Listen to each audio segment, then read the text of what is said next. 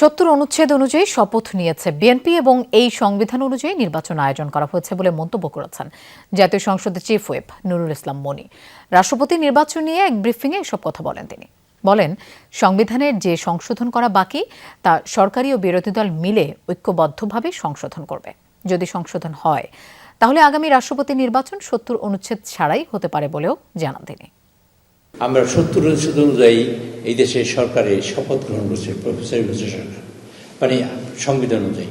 এই সংবিধান অনুযায়ী নির্বাচন কমিশন গঠিত হয়েছে, এই সংবিধান অনুযায়ী ভোটার লিস্ট তৈরি হয়েছে, এই সংবিধান অনুযায়ী আমাদের ডেলিমিটেশন হয়েছে, আমাদের এলাকা ভাগ হয়েছে, এই সংবিধান অনুযায়ী নির্বাচন কন্ডাক্ট হয়েছে, এই সংবিধান অনুযায়ী আমরা ভোট দিয়েছি, এই সংবিধান অনুযায়ী আমাদের ফলাফল হয়েছে, এই সংবিধান অনুযায়ী আমরা শপথ নিয়েছি।